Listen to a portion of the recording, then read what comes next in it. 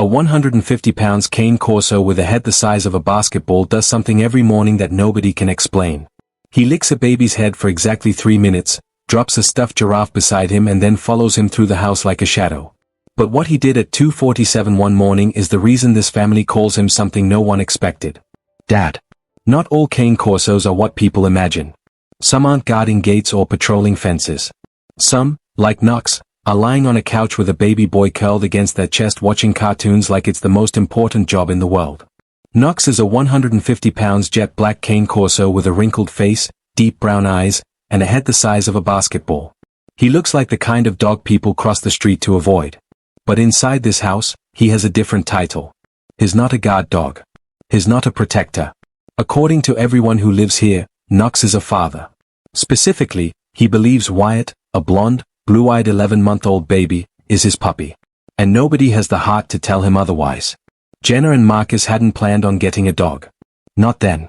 Not when everything still felt fragile. They had moved to a small house outside Nashville after a year that had quietly broken them.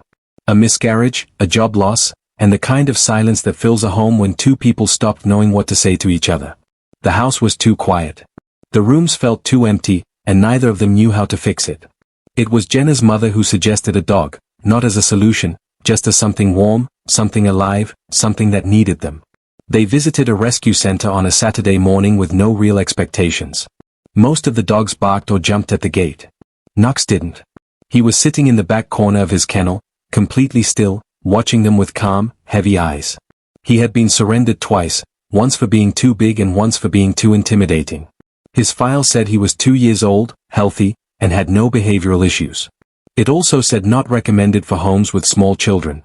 Marcus wanted a Labrador. Jenna wanted Knox. They compromised. They took Knox. The first few weeks were an adjustment. Knox moved through the house like a shadow. Slow, careful, always watching. He didn't chew anything. He didn't bark. He followed Jenna from room to room without making a sound, as if he was afraid that being noticed would get him sent away again. Marcus kept his distance at first. He respected the dog, but didn't quite trust him. Knox was enormous. His paws were wider than Marcus' palms. When he yawned, his jaw opened like a bear trap.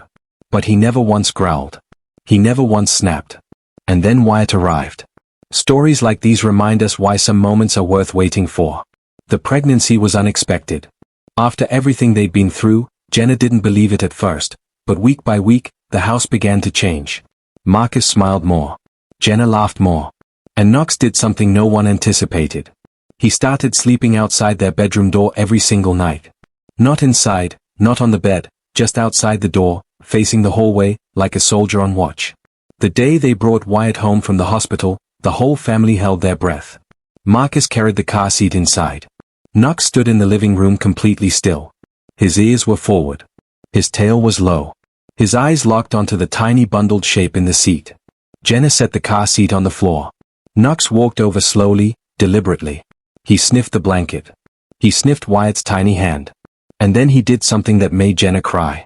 He lay down beside the car seat and pressed his body against it like he was keeping it warm, like he was saying, "This one's mine."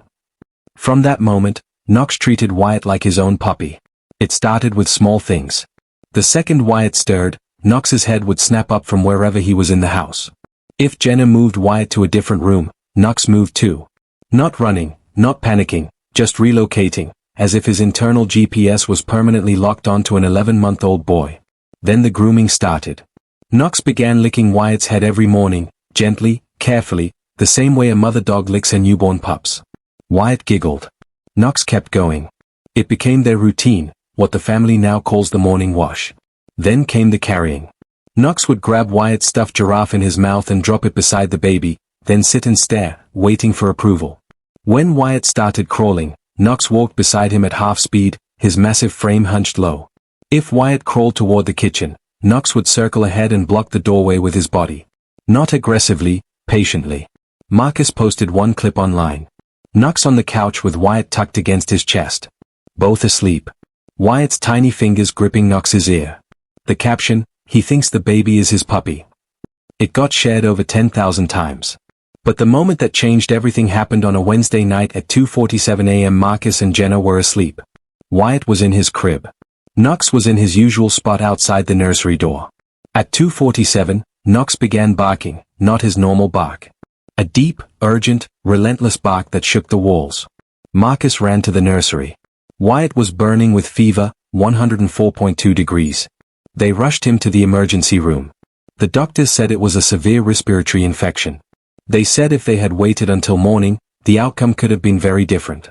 Knox had known before the monitors, before the thermometer, before the parents. When they came home, Marcus sat on the kitchen floor with Knox. He held that massive wrinkled head in his hands, looked into those deep brown eyes, and whispered, "Thank you." It was the first time Jenna had seen Marcus cry in over a year. Today, Wyatt is 14 months old. Knox is 4. They are inseparable. Every morning starts the same. The wash, the giraffe delivery, the slow crawl patrol. Every evening ends the same. 2 shapes on the couch, one enormous and one tiny, pressed together like puzzle pieces. And when strangers see Knox on the street and step back in fear, Jenna just smiles. This 150 pounds jet black wrinkle-faced giant isn't what they think. He's not dangerous. He's not aggressive. He's not a monster. He's a dad. And his puppy has blonde hair and blue eyes, and fits perfectly against his chest. Sometimes the thing that saves your family isn't what you planned. Sometimes it weighs 150 pounds, has a head the size of a basketball, and thinks your baby belongs to him. And sometimes he's right. Would you trust a 150 pounds cane Corso with your baby, or would you cross the street? Tell me in the comments.